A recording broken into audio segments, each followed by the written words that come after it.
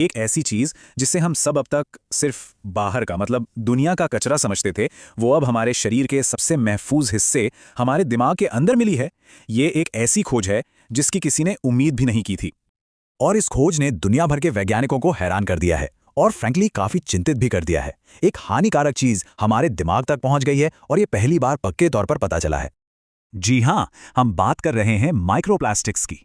ये अब सिर्फ हमारे समंदर या खाने तक ही सीमित नहीं है, बल्कि हमारे दिमाग के टिश्यूज के अंदर भी मौजूद हैं।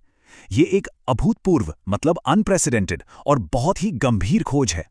तो अब सबसे बड़ा सवाल ये उठता है, क्या हम इससे बच सकते हैं? वैज्ञानिक अब इसके खतरे को कम करने के तरीकों पर काम कर रहे हैं, जिनके बारे में हम इस पूरी चर्चा के आखिर में बात करेंगे। तो चलिए सबसे पहले ये समझते हैं कि आखिर ये माइक्रोप्लास्टिक्स हैं क्या, जिनकी वजह से पूरे साइंटिफिक कम्युनिटी में इतनी हलचल मची हुई है। माइक्रोप्लास्टिक्स, जैसा कि नाम से ही पता चलता है, प्लास्टिक के बहुत ही छोटे कण होते हैं। इतने छोटे कि अक्सर ये हमें अपनी आंखों से दिखाई भी नहीं देते। और ये बनते कैसे हैं? हमारे आसपास जो भी प्लास्टिक की चीजें हैं, जब वो टूटती फूटती हैं तो ये कण बनते चले जाते हैं। तो सवाल ये है कि ये आते कहाँ से हैं? जवाब है, हमारी रोजमर्रा की चीजों से। पानी की बोतलों और फूड पैकेजिंग से लेकर हमारे सिंथेटिक कपड़ों और गाड़ियों के टायरों तक, हर जगह से ये हमारे एनवायरनमेंट में फैल रहे हैं। चलिए अब वापस उस चौंकाने वाली खोज पर आते हैं जिसने सबको परेशान कर रखा है, और जानते हैं कि वैज्ञानिकों को दिमाग के अंदर असल में क्या मिला। जांच में पता चला कि सिर्फ एक तरह का प्लास्टिक नहीं था, बल्कि पॉलीथाइलीन और पॉलीप्रोपाइलीन जैसे कई अलग अलग तरह के प्लास्टिक के कण थे। और ये कण कहाँ मिले? शरीर के सबसे सेफ माने जाने वाले हिस्से, यानी दिमाग के बिल्कुल गहरे टिश्यूज में। ये खोज एडवांस्ड लैब टेक्निक्स और टिश्यू एनालिसिस के जरिए ही मुमकिन हो पाई। और इस बात पर जोर देना बहुत जरूरी है कि साइंस की हिस्ट्री में ऐसा पहले कभी नहीं देखा गया।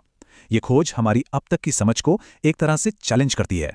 लेकिन सबसे बड़ा सवाल तो यही है कि ये कण मतलब ये पार्टिकल्स एनवायरनमेंट से होते हुए हमारे दिमाग की इतनी मजबूत सिक्योरिटी को तोड़कर अंदर पहुंचे कैसे? देखिए, वैज्ञानिकों का मानना है कि ये कण खाने, पानी और हवा के जरिए हमारे शरीर में एंटर करते हैं। फिर ये हमारे खून में मिल जाते हैं और वहां से दिमाग की सबसे मजबूत प्रोटेक्शन लेयर, जिसे ब्लड ब्रेन बैरियर कहते हैं, उससे भी पार कर जाते हैं। हालांकि ये समझना बहुत जरूरी है कि ये अभी शुरुआती रिसर्च है। वैज्ञानिक अभी भी इस बात का पता लगा रहे हैं कि शरीर के अंदर इनके ट्रैवल करने का एग्जैक्ट रास्ता क्या है। रिसर्च अभी भी जारी है। आइए अब ये समझते हैं कि वैज्ञानिक समुदाय इस खोज को इतनी गंभीरता से ले क्यों रहा है और इससे लेकर असली चिंताएं क्या हैं। देखिए, चिंता की सबसे बड़ी वजह तो ये है कि हमारा दिमाग एक बहुत ही सेंसिटिव, नाजुक अंग है और हमें बिल्कुल भी नहीं पता कि लंबे समय तक इन पार्टिकल्स की मौजूदगी का सेहत पर क्या असर पड़ेगा। क्या इससे दिमाग में सूजन हो सकती है, या कोशिकाओं को कोई नुकसान, या फिर कोई न्यूरोलॉजिकल समस्या? ये सवाल वाकई में बहुत गंभीर हैं। इस खोज के बाद जाहिर है हम सबके मन में कई सवाल उठ रहे हैं। तो चलिए कुछ सबसे जरूरी सवालों के जवाब जानने की कोशिश करते हैं जो अभी तक के साइंटिफिक अंडरस्टैंडिंग पर बेस्ड हैं। तो सबसे पहला सवाल, क्या इससे अभी राइट नाउ कोई खतरा है? इसका जवाब यह है कि इमीडिएट खतरे के बारे में अभी कुछ भी कहना बहुत मुश्किल है। वैज्ञानिकों की असली चिंता इसके लॉन्ग टर्म इफेक्ट्स को लेकर है, मतलब लंबे समय तक हमारे शरीर में रहने पर ये क्या कर सकते हैं। अगला सवाल, क्या माइक्रोप्लास्टिक्स और अल्जाइमर या पार्किंसंस जैसी दिमागी बीमारियों के बीच कोई डायरेक्ट लिंक है? अभी तक ऐसा कोई सीधा साइंटिफिक प्रूफ नहीं मिला है जो ये साबित कर सके कि माइक्रोप्लास्टिक से कोई खास दिमागी बीमारी होती है। भविष्य में होने वाली रिसर्च शायद इसी सवाल का जवाब तलाशेगी।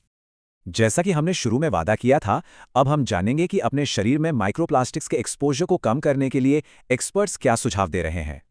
एक्सपर्ट्स कुछ प्रैक्टिकल स्टेप्स सुझाते हैं, जैसे सिंगल यूज प्लास्टिक का इस्तेमाल कम करें, फिल्टर किया हुआ पानी पिएं और प्लीज प्लास्टिक के बर्तनों में खाना कभी गर्म ना करें।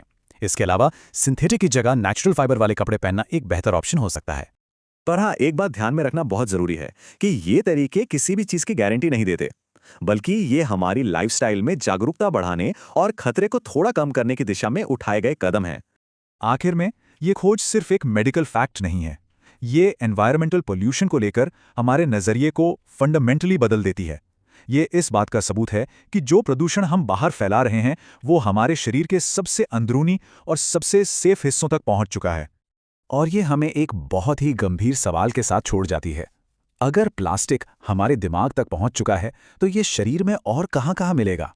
और हमारे भविष्य की सेहत के लिए इस घुसपैठ का असली मतलब क्या है?